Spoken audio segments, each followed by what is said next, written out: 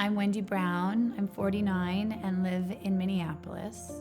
And I am the daughter of a beautiful mother. My name is Cheryl Hauser. I am 75 years old. I have lived in Minneapolis virtually all of my life, and I have Alzheimer's. In 1974, we moved from New York City. We had taken a camping trip and we fell in love with the lakes. We didn't do a lot of research. We just had, you just had this sort of, just this thing of, this is our place. And then we settled in Minnesota and found a life.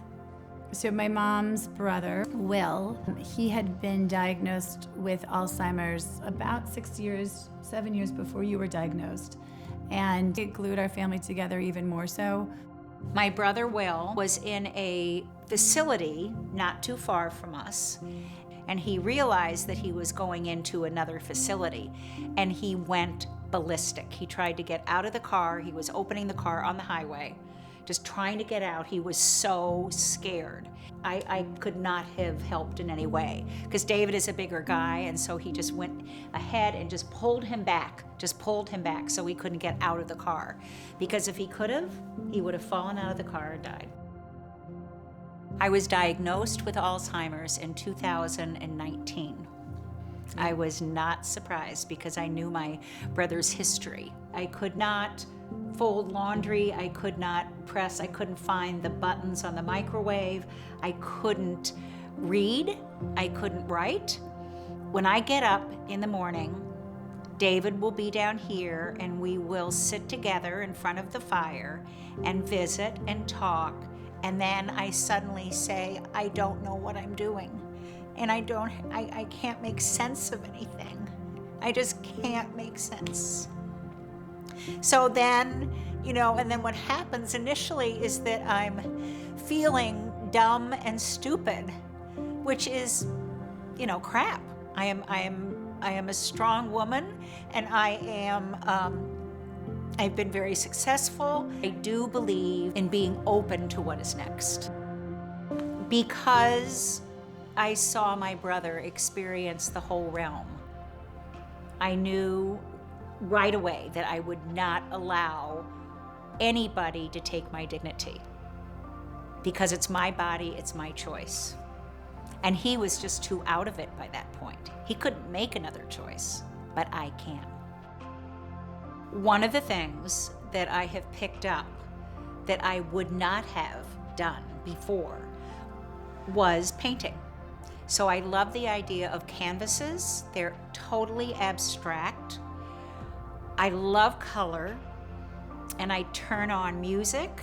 There's so little I can do. So when I do go to the easel, then I'm all excited.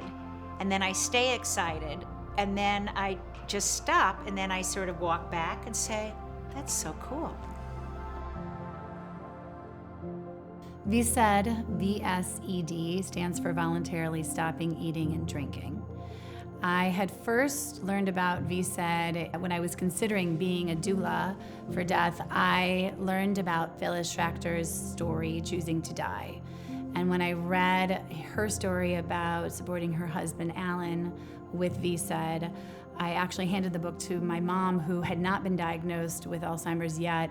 Once I read Phyllis's story of VSED, it wasn't even a thought for me.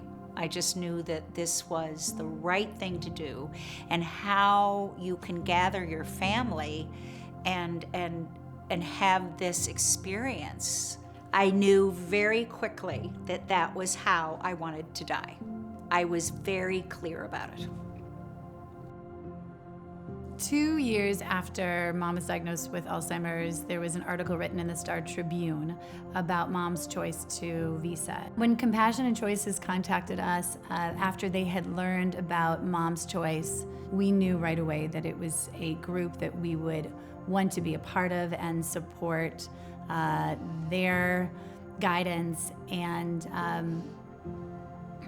truly belief that everyone should have their own choice around end of life. So many people are unaware that VSED is an option around end of life.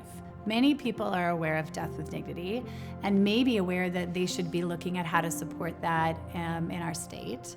And as that's happening, what people don't see is that VSED is already legal. And truly, the earlier you bring it into the conversation with anyone who might even fathom the idea of not living their full life with Alzheimer's, then it should be a part of the conversation for them to understand, potentially get comfortable with, and see what other support is needed. Part of what I have been doing in the process of this is to educate people so that they know they have choices. Using the Compassion and Choices Toolkit helped reinforce how I was able to support Mom with this diagnosis, as well as consider using VSED to end her life in a dignified manner.